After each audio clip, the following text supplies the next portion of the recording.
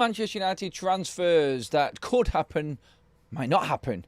One looks very real, one looks very, very, let's just say, left field. We'll get through all of your live comments on the potential signing of Lucas Paquetá. I know, I'm just reading what headlines are saying. And Ayyoub Bouaddi. Who is he? I'll explain all and why one is more realistic than the other. What's happening with Ineos after the press conference this afternoon. Everything that's come from that, the reaction from the media. Also, we're going to go through that in the show tonight as well. It is Thursday evening, everybody. Ruben's press conference is done. We are now locked in for the weekend. Friday tomorrow. And of course, I say this every week. That is the weekend here on Forever United TV. Friday counts as the third day of the weekend for us. So tomorrow we are full on look ahead to that game against Nottingham Forest and everything it might bring for Manchester United. I mean, I was actually having a look through the table from this time last year to where we are now. And there's some amazing stats coming up. I'll go through them later on in the show as well. So stick around for that. And it just goes to show where Manchester United have come in a short period of time so far this season. Anyway, into the top story tonight as well. Please do get your comments in as well. We can have a laugh at some of these transfer rumours as well. And I think tonight we are going to take a sort of, let's just say, a comical approach to one. And then we're probably going to look at one as a realistic option for Manchester United because there is precedent and there is actual proof that this is a method Manchester United have used before and players that Manchester United have gone for before. Let's get into this news as well. Right, first of all, there was a story came out earlier on today from INQUIRIES. Manchester United have asked for the details of a transfer of Lucas Paquetá from West Ham to Manchester United. I'm just talking about this because I wanted to compare this to the Bouaddi transfer and where United were and where United are. And that's the thing that I wanted to make clear in this video. I'm not bigging up a Lucas Paquetá transfer. I'm not saying this is genuine. There was one report come out which says Lucas Paquetá is on his way to Manchester United or United want him. It's never going to happen for so many reasons. Now, look, on paper you could say a good option. Premier League proven player. Supposedly in his prime. And he's coming into the last year of his contract after this season finishes. The downside to this is he's 28 and Ineos are not going to buy a player unless he's on a free transfer and it's a ridiculously good deal. He would want a substantial wage increase because he's a Premier League player and he's moving up to a bigger club. Full-on Brazilian international as well. Let's not forget that. So he would want substantial money. And for a 28-year-old, Ineos are just not going to do it. We've been there before. Yeah, it was Casemiro. He was on a year older. He was 29. But Manchester United under Ineos are just not going to do this. So that story, yes, you could say that there is genuine interest there from what the report says. I tend to not believe it. And I'm just happy that we're actually looking the other way on deals like this now. Now, Lucas Paquetá is a good player, but he's not an engine room. He's not what Manchester United need right now. If anything, he's another anchor midfield. Attacking midfielder, and we've already got an abundance of them. In fact, we're trying to offload maybe two of them already this summer. So I cannot see Manchester United going in. I'm going to put this Lucas Paquetá potential transfer in the same category as the Vinny Jr. one that I did a short on the other day. And the links from some papers in England with Man United and Vinicius Jr. Yeah. I know. So that's what I think of Lucas Paquetá. I'm not saying that this man isn't a good player. Not saying that this guy cannot cut it. He's shown his class and his bad side, really, in the Premier League. And just talking about him and knowing how Manchester United are operating right now, I just don't think Manchester United would go for this. And INQUIRIES, who's reported this, I really think he's probably thinking he probably shouldn't have, to be honest. And he can just say that his sources said this and get away with it in a way, but every single Man United fan looking at this is just laughing right now. And we are too. And I think we should do, because this is what Manchester United used to be. Laugh with a bit of relief in there as well, because United moving forward are in a different position completely under Ineos. Now, the Bouaddi situation, completely different scenario for Manchester United. And this is where I actually do think that this could actually be a genuine deal. Now, this kid is 18.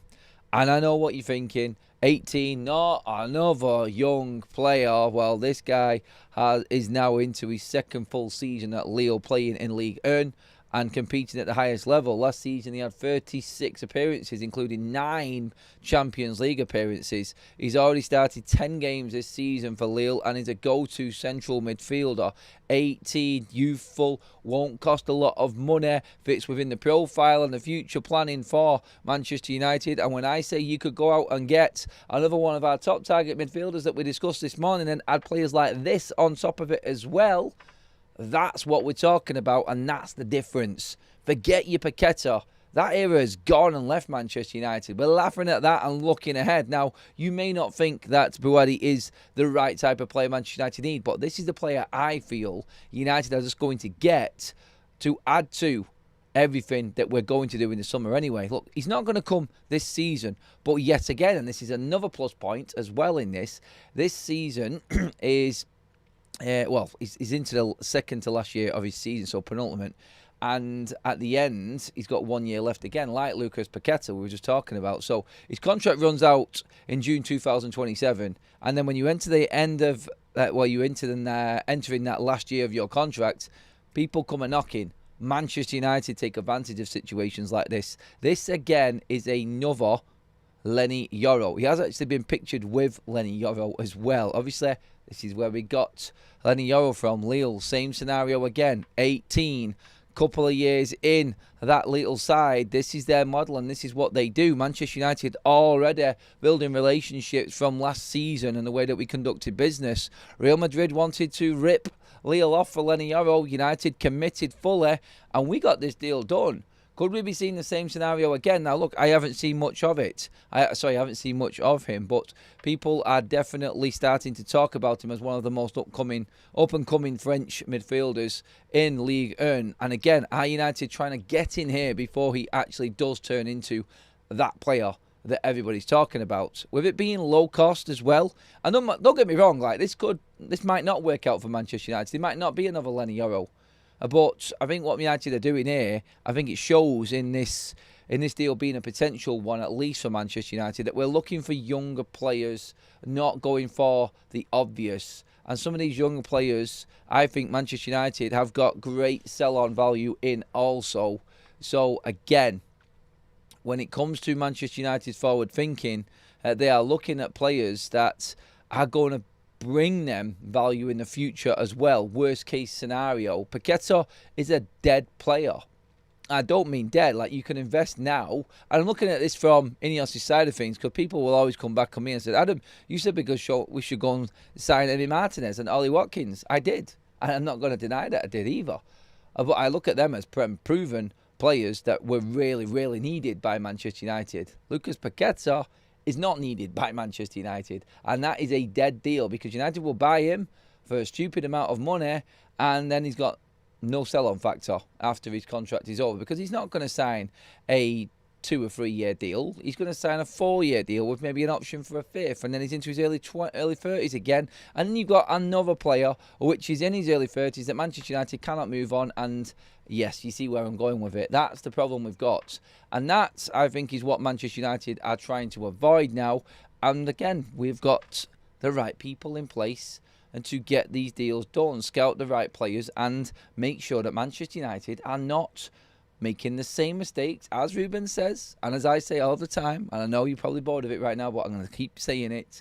We're not going to make the same mistakes that we've made in the past in the transfer window. It is the main players. The recruitment has to be absolutely spot on for Manchester United.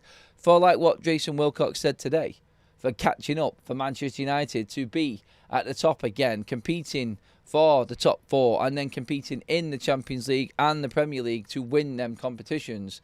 That's what Jason Wilcox has said, and he has also said in that interview today with MUTV, if you wasn't watching our press conference video earlier on, we covered a bit of it there.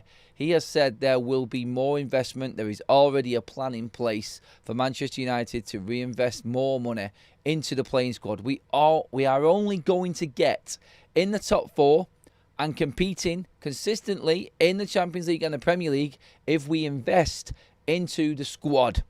The squad. Nothing else. That's what Jason Wilcox, our director of football, said today on MUTV. The money's going into the squad, and that's where it needs to go. And for Manchester United to recoup anything anywhere else, commercially, prize money-wise, the recruitment and money spent on Manchester United's first team is where it matters now. And I think this is a prime example of a no and a yes for Manchester United. And Jason Wilcox will not, in my opinion, give a big yes to Lucas Paquetá, a scouted teenage midfielder that is playing regular football in Ligue 1 and Champions League football, is a yes for Manchester United. That fits the model completely. So Bouaddi is definitely one of them players I think that you could look at and say there's a definite chance on this as well.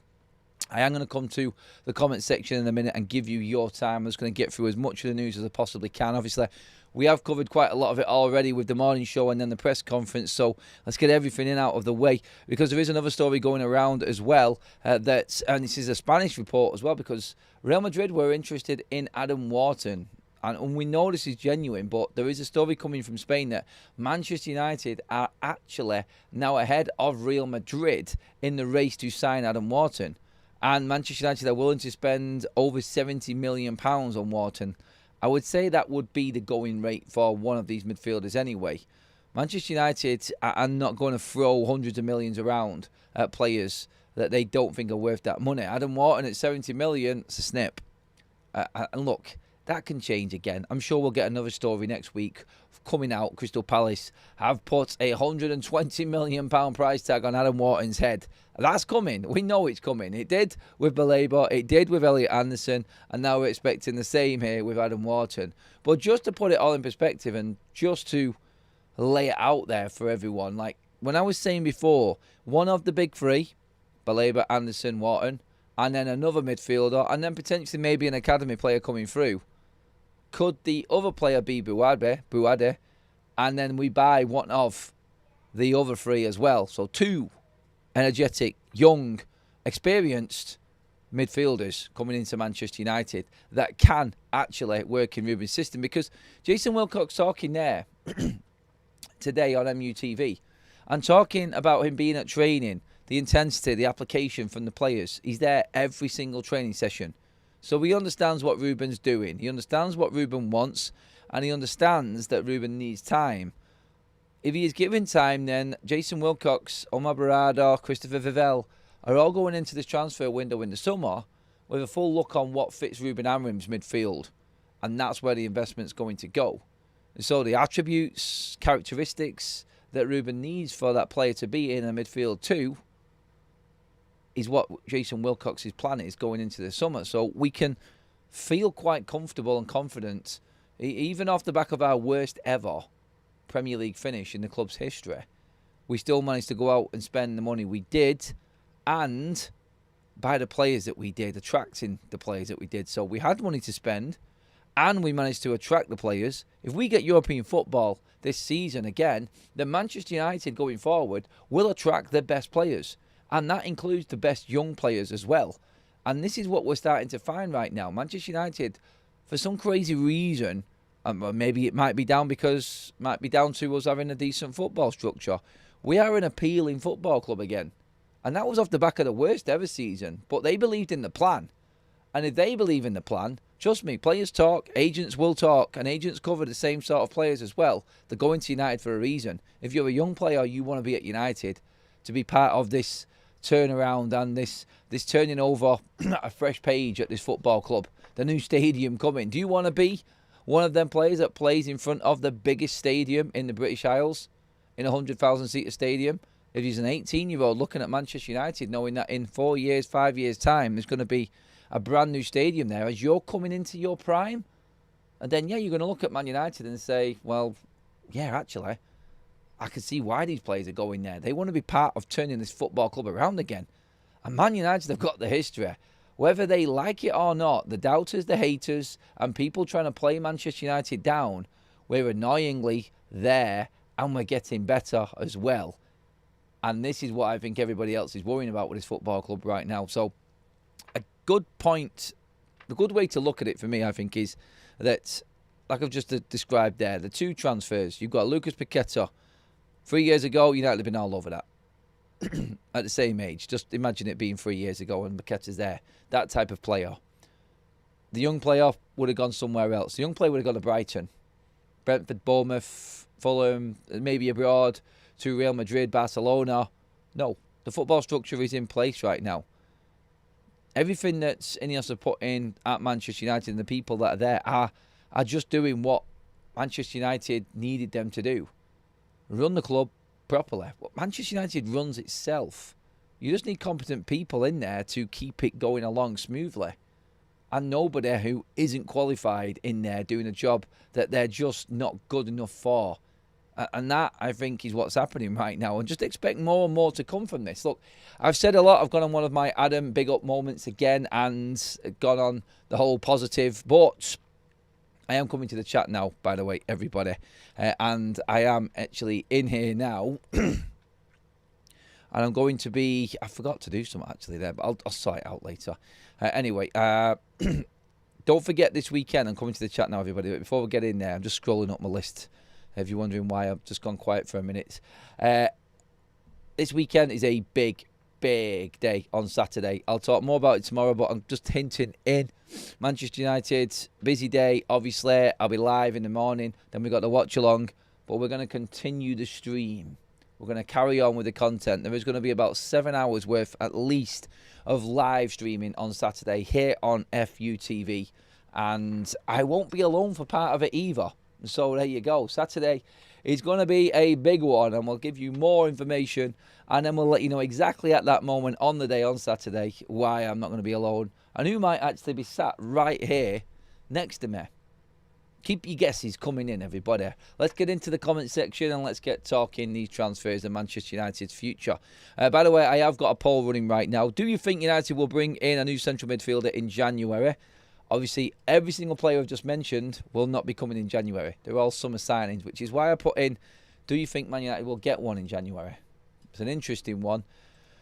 With no injuries, United may feel like they can manage it. But I think Manchester United will expect injuries to come, and they'll go and hit that loan market. We'll see, won't we? We'll see. Does sell on really matter if we're winning, though? We only cater about, we only care, I think that's supposed to say that, care about it now because we have so many flops. City don't sell their stars, they keep them and they leave after they've won things. Well, look, City are going through a purple patch, Carl, yeah. In terms of Manchester United's investment, the only reason I'm talking about the sell-on, no, nobody cares about the sell-on because we want the player to be a good player now. And we want him to succeed at Man United, first and foremost. But in the past, Manchester United didn't protect themselves on these transfers. That's the point I'm trying to make. Stu says, Edison was my pick, but Ineos will want Prem proven if they're spending big. You're dead right about that, Stu. That is 100% certain. That's where United will go. We need a central midfielder and a backup goalkeeper. We've got Vitek coming back from Bristol City, who's on loan there, who is tearing it up right now as well, Gary. Don't forget that. Are you talking about January, mate? Paquetá is another Agate and Bruno. No thanks. Agate and Bruno? Not Agate. Paquetá is a 10, so you could argue the point on Bruno's side of things, even though he's moved position now. But we don't need number 10s. We definitely don't. Don't forget to like, share and subscribe if you haven't already, says the Virgin Mary. That would be Gems in there saying that. So thank you again, Gems. And please do pop a like on the video. Make sure you hit that subscribe button as well. This is our third live stream of the day. It's only getting busier. For some reason, with no football, we're getting busier. I don't get it. But it's just the way it is. And look, when there's news to talk about and debates to have, you know I'm there for you, and we're in here tonight talking about it. Anthony says, Baleba failed his audition at Old Trafford. He's been shocking all season. The ship has hit an iceberg with any future transfer, in my opinion. I question if he has the mentality required to play for Manchester United. Again, there's a lot of people looking at the way that he's played this season, mate, and probably moving away from him and moving towards an Anderson or a Wharton instead. I get that. I do. I myself, I'm in that boat. I didn't expect him to be this bad this season. I mean, he absolutely crapped the bed at Old Trafford.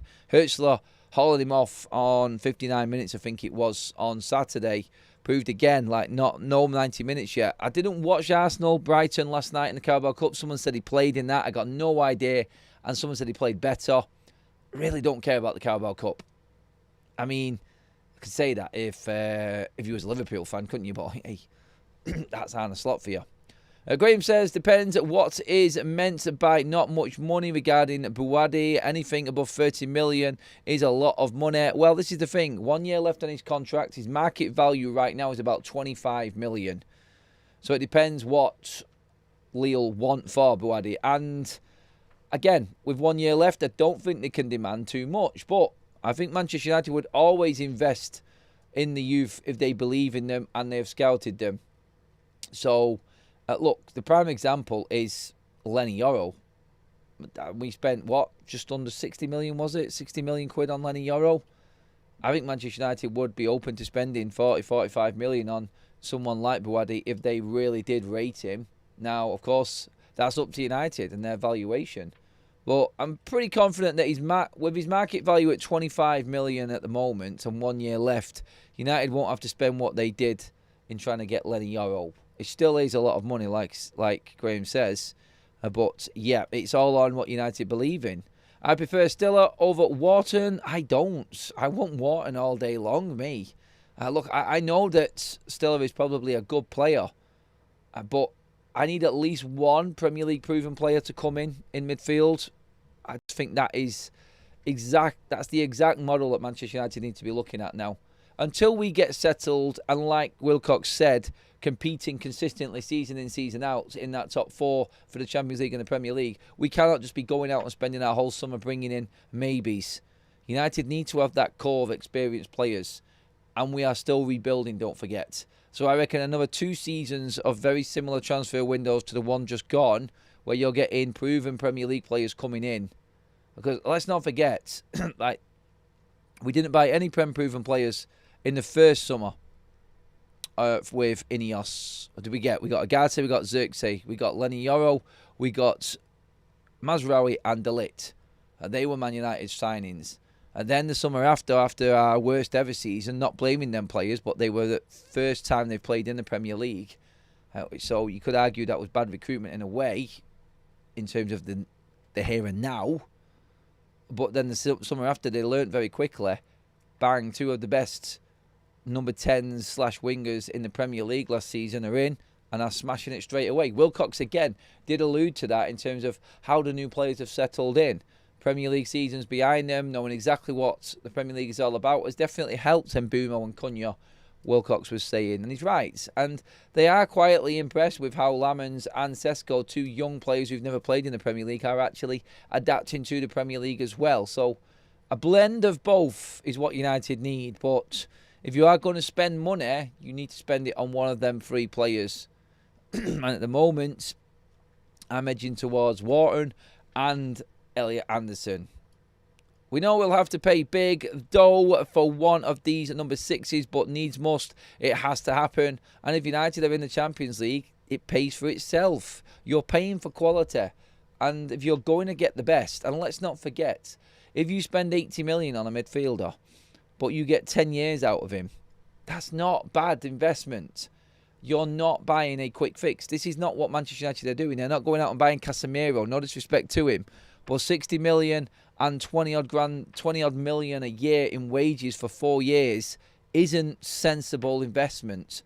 Good for the now, and if, let's don't get me wrong, if Casemiro kept Man United in the Champions League for 4 straight seasons, along with other players as well, not just on his own, of course, but you know what I mean by that, then Manchester United could easily argue the fact that, look, Casemiro paid for himself. He helped Manchester United in qualifying for the Champions League and staying in the Champions League.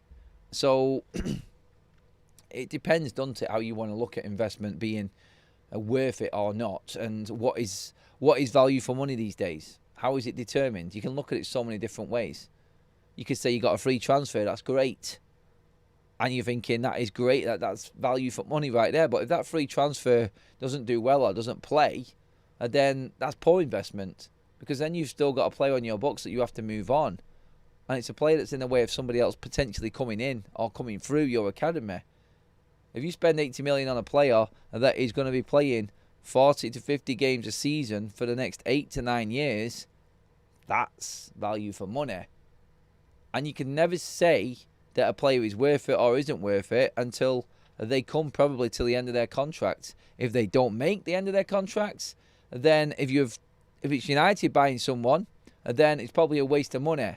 For instance, what I mean by that is, say it's a lower down the league team bought someone and he's moving on after 2 years, it's probably because he's done brilliantly and one of the big clubs have taken him. But if there's a player coming to Manchester United and he's leaving after 2 years, and then that player automatically has done bad, and that's bad investment. And that, you could argue, is Agate and Xerxes right now. Not wanting to pull them out again and have a go at them or anything, but you know what we're talking about, and you know they're the obvious ones when it comes to Manchester United's outgoings coming up in the next couple of windows anyway. So, yeah, look, there's a lot of different ways you can look at it. It's investment and value for money, I think, comes if a player actually sees out his contract. I mean, people will argue about Harry Maguire. Is Harry Maguire worth that money? Probably not at the time. Have we got the value out of Harry Maguire? Some would say yes, because he's featured for 6 straight years regularly in Manchester United's first team. So we have used him. And that's how you would judge it. In a football sense and football business, that's how you would actually look at the investment of that player. See what else we've got in here as well. To progress, we need to move on from Bruno. Sell him now before he gets any worse. Is he worse? I don't think he's playing bad at the moment, is he? He's coming to form again a little bit. Look, Bruno's not going anywhere. I think we have to accept after that interview that the so-called deal that was supposedly on the table for Bruno to Saudi Arabia isn't real, and it has been completely put to bed by the likes of Romano and Bruno himself, in fact. So, look, what we need is, even if Bruno isn't sold, investment and the manager that is brave enough to take Bruno out of the team because we've got someone else good enough. Right now, Ruben has got the excuse to play Bruno because he doesn't feel like anyone else is good enough to take his place. And that's on the manager. But if United are winning games and Bruno's featuring and doing things in them games, then he hasn't really got anyone to argue against him, has he? That's it. The reporters thrive on any chaos within Manchester United. They're scrapping around for any news that they can muster to fill their columns. They actually have to do a bit of journalism. They have to get out, get talking to people, get interviewing people. And yeah, you're right on that one, mate. I've pulled that loads of times. Buying loads of Africans is no good when they have to go to AFCON. Look, you cannot base your transfer strategy or recruitment around players that are going to be featuring in AFCON. Like, you can't look at it that way. Look, Manchester United are unfortunately losing 3 good players this winter to when AFCON kicks up. But look, still, United should have enough in the bank already with other players to try and get through them few games that they're missing. Look, and there's no guarantee, like I've said before, that they're going to feature through the whole tournament. So, excuse me, let's see. If you pay 100 million for a player and they're good for 5 years, it's worth the money. Sell on or not, 20 million a year for a top player is more than worth it. And obviously, Cal's right there, like I just said, but you do have to balance in the structure of the wages. And with Ineos right now, you know that players are not earning absolute boosters. We're not throwing stupid contracts at anybody as well, so you can feel safe in thinking as well that behind the scenes, we're not overspending on players' wages either now. And Manchester United, after this summer, could be down as low as 5th in terms of the highest paid squad in the Premier League. If we get back into the Champions League, everyone's wages goes up again. And all of a sudden, United are paying a lot more, but United are in the Champions League. And that's where all the big money is. At Manchester United, with Champions League football, and we sustain it, watch out. United will be back again. With this structure in place and Champions League in play and the money that would come in from that, there's no stopping Manchester United. Because everyone else is doing the job that should have been done before right now. We're having to work overtime and go faster because we're so far behind everybody. Play Shea Lacey and Fletcher brothers when the African Cup comes up. Youth players could be promoted. On the Shea Lacey situation, someone was asking me the other day because in that game against Rochdale, where we won 2-0, we were talking about it yesterday. I said I'd check on the Shea Lacey situation. He was left out of the He was left out of the game as a precaution. We have seen pictures since of him back in training and obviously still fit. So, yes, thank you. Fingers crossed that this kid does not got any more injuries, which really affect his progress at the football club, because that has been the case with Shea Lacey now. So, I'm happy that we've seen that news come through and Shea Lacey is fit and raring to go. So, yes, important. Because, like many people of you, I've seen it. A few of you now talking about some of the academy players coming through and actually featuring when the AFCON players go out. So, yeah, it is important to have them there. Bruno has played well the last few games. I don't get the hate sometimes. I know that Muppet Rises. I know. It is what it is. In the future, we can't rely on him. We know that. But while he's playing well, let's just be real as well and praise him when he needs praise also. What about Hackney, Adam? I will keep asking. Andy, on Hackney, he is a target for Man United, and I don't know is the honest answer right now. There isn't enough news. All I know is that Manchester United are still monitoring him. They are still scouting him, and that's been reported by a few journalists now as well. But over the last couple of weeks, we've had nothing on Ian Hackney from Middlesbrough. And again, when the January window comes around, we will see. But don't forget as well, you only have to look at the Championship and see where Middlesbrough are, and they are challenging. So, are they going to want to keep hold of one of their better players while they're hunting down promotion to the Premier League? Could Middlesbrough be about to join Sunderland and Newcastle from the North East? I cannot remember. Has there ever been a time when there is all three of them in the Premier League? That would be one to look up. I'm sure some of you statos can tell me in the chat, please. But yeah, I look at Hackney and I go, well, Middlesbrough are competing. Very similar situation to Joe Bellingham last season as well, with them challenging for promotion. They usually like to keep hold of their players, and United probably wouldn't have a definite place for him just yet. And he would probably just see it out to the end of the window, end of the season. That's what my guess would be anyway. Keep Bellingham as far away from my club as possible. Which one, Shenanigans? I think I already know, but I'm only winding you up. And not many people have gone for that Bellingham one as well. I was talking about it this morning. There's now contrasting reports on Joe Bellingham. It just looks like a bit of a mess.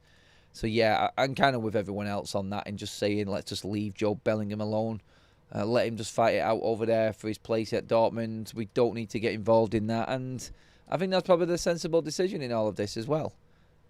Cobby just needs to play with a holding player and a third playmaker, but there's no room for that now. Not with the way that these players have adapted to Ruben's system. It is going to be It's going to be not impossible. It's never impossible. Difficult is the right word. Difficult is definitely the right word to use when it comes to Kobe Mainoo. And I just don't see the situation at all developing with Kobe Mainoo. And I said it this morning, I don't want to talk too much about it because it seems like I'm constantly trying to make it look like he's got no chance. But you've seen it all before. The obvious is there. And I think that Kobe's time... I don't even like saying it. I feel really uncomfortable saying it. And Kobe's time at Manchester United looks like it could be over while Ruben Amorim is there. And I'm not blaming Ruben Amorim either. It's just a really awkward situation that you just didn't want to be there. That is. And there's no way out of it. There's no way around it for Kobe. I don't hate Bruno. He's not that player. We are playing catch up. We need to do that as fast as we can. Sacrifices need to be made. We need to revamp the midfield in one go. No, it's going to take a bit of time. Strengthen the midfield like we did with the strike force. Does that mean moving Bruno Fernandes on? Maybe it just means Bruno Fernandes is still part of the squad but isn't playing as many games. We don't need to rely on Bruno as much. Well, Bruno is fit and doing Bruno things. Ruben Amorim's going to keep him in this squad. It is as simple as that. And no one can say it otherwise because we've seen it before. We've seen it with Ruben and Bruno. At least Ruben has been the manager to substitute Bruno every now and then and bring him off the pitch. He has done it more than anyone I know since Bruno's been at this club. So maybe it's a sign that he isn't going to always rely on Bruno Fernandes as well going forward in the future. We will see. Neves on loan for Portuguese connection. Then try out Gallagher 2 on loan as cheap as 6 than the current Prem boys. They're only going to be loans in January. Manchester United, I'd be amazed if Man United actually did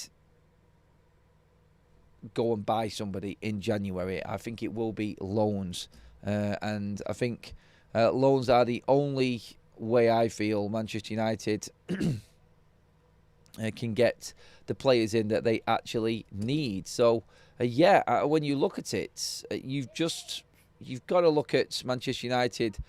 I feel right now, like we've talked about just there, with this structure, it's going to be sensible recruitment and well-researched recruitment as well. So yeah, I just don't expect it, is all I'm saying. Don't expect it, and I don't think you'll be disappointed that way either then. Keep your comments coming in, everybody. Please also pop a like on the video, everyone, as well. Let me know if you're enjoying the content. Get your thoughts in there. Thank you, everyone, again. Don't forget, this weekend as well, everybody, we have got Fantasy 5 playing out this weekend. So you pick 5 players. I'm sure the mods will drop a link to Fantasy 5 in the live chats for you as well, everybody. I will pin it up in the comment section right at the top when we finish this video as well. Pick 5 players from the game this weekend like you would be picking your Fantasy 5 fantasy team for the weekend. You've got to have 1 defender, 1 goalkeeper, 1 midfielder, and 1 forward. Then you can pick 1 extra player in any position. You have to have at least 2 players from each team in your squad. The prices are there. Get onto that. So we'll drop the links in on the live chat for you all. And like I said, I'll pin it up later. Winner does get prizes as well. That is over on Big Up, our other platform that we use as well. So we are running our Fantasy 5 this weekend for the Nottingham Forest game, everybody. So make sure that you get onto that as well. That is up now on the Big Up side as well. We did the strike force in one go, Adam, but we didn't have anyone decent up there, though, did we, mate? That was the difference. I've been playing Bruno all the time. Stops our progress. Playing him less is a very good idea. Squad rotation, phase him out slowly. But you just said you got to do it all in one go, though, mate. No, Bruno's playing well at the moment, and he's fitting into the system. So we're not going to be. I don't think we're not going to be dropping Bruno out anytime soon. And the summer will be the summer. We will see, won't we? We will see. There is the link in the live chat to the Fantasy 5 as well, everyone. So make sure that you get on that also. Let's just check this poll. Do you think United will bring in another central midfielder in January? 75% of you have said, yes, we will be bringing in another midfielder this January. And I feel like, yeah, loan Gallagher is probably where I'm going at the moment. That's from what's been said and what I know and what people are talking about. I'm edging towards Conor Gallagher for Manchester United. That's what I think is going to be. That's what I think is going to be the move, definitely. It just seems like the most obvious one right now. No one else. Look, I understand the Ruben Neves ones, but I'm just not certain yet on that. I'm really not.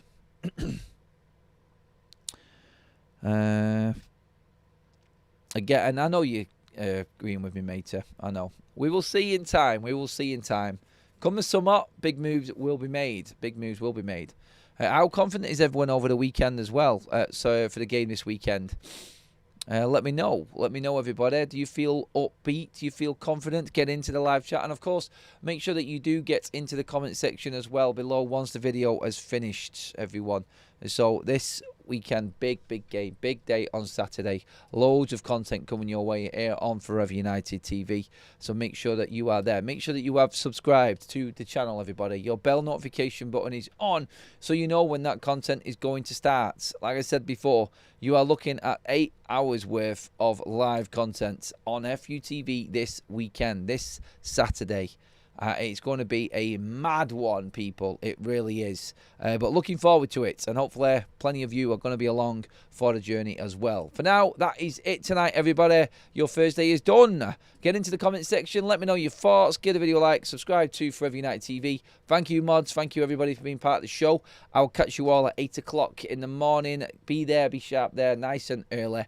And we'll head into the weekend, hopefully, fully confident. Cheers, everybody. Have a great evening.